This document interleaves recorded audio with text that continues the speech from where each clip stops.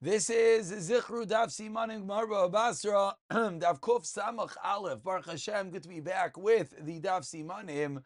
Kuf Samach Aleph spells a kisei, a chair. So of course our simon is going to be a large chair. What's happening on the chair? Of course we have Adim signing on a get mikusher, a get that is sewn up. We have someone cutting off part of the shtar. And finally, we have the thought process of, hey, I would never sign my father's name. I would never use my name. I would never sit in my father's chair, which of course is going to be Dav Kuf Samach Aleph, thinking about the chair. So we have point number one, the way that you sign is you're going to be signing up in the shtar. Point number two is a concern to cut off the shtar.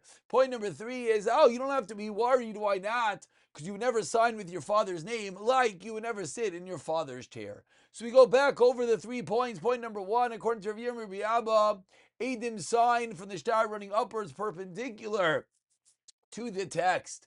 Rabbi Abba taught on the back of a get mikosher, that's what you sign. So the Gemara thought that you sign regularly on the back of the shtar, but the problem, says the Gemara, is, what do you mean? You can write whatever you want inside the text of the shtar, and you'll just add on extra Adim. Another Rabbis Vedim who avidi, meaning if you just have text on the back of it, Adim, text on the back of it, Adim, so just add on more text, add on more Adim, and you could easily forge the shtar.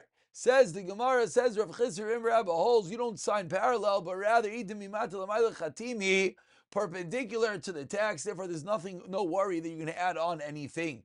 Point number two is, wait, why are we not worried? You're going to cut off the end, and it'll cut off a whole aid's name. Ruvain ben Yaakov. You'll cut off the name Ruvain, and then we'll say that he's mitkasher. He'll be a kosher shtar, the fact that he signed Ben Yaakov Aid. Says the Gemara, they'll make sure that Reuven and Ben is on one line, and therefore only Yaakov Aid will be on the next line. Maybe he signed with the word Yaakov Aid. Says the Gemara, either the word Aid is not written, or we know that this is not his signature.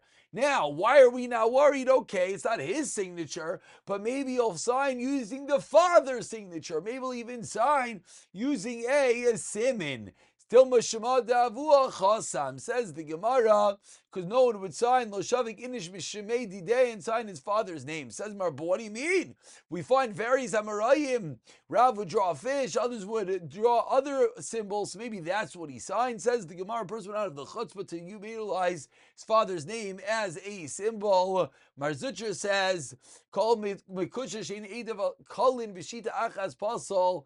If the witnesses are on the same line, it's going to be possible they have to all begin or end on the same line. There's no worry that he could cut part of it off. So we have Dav Kuf Samach Aleph, the Dav that's going to be about a chair, the chair that they're signing on, signing the Get Mekusher on, and the concern, number one, that you sign perpendicular. Number two, the concern you're going to cut something off, which is no concern. Why? Because we know there's no one in the town named Yaakov. I may be signing with his father's name, person, just like you don't have the chutzpah to sit in your father's seat as he's thinking over here. You went out of the chutzpah to sign with your father's name. Gemara Babasar Kuf Samach Aleph, the das that deals with the chair, signing perpendicularly, cutting off the edim, and signing with your father's name.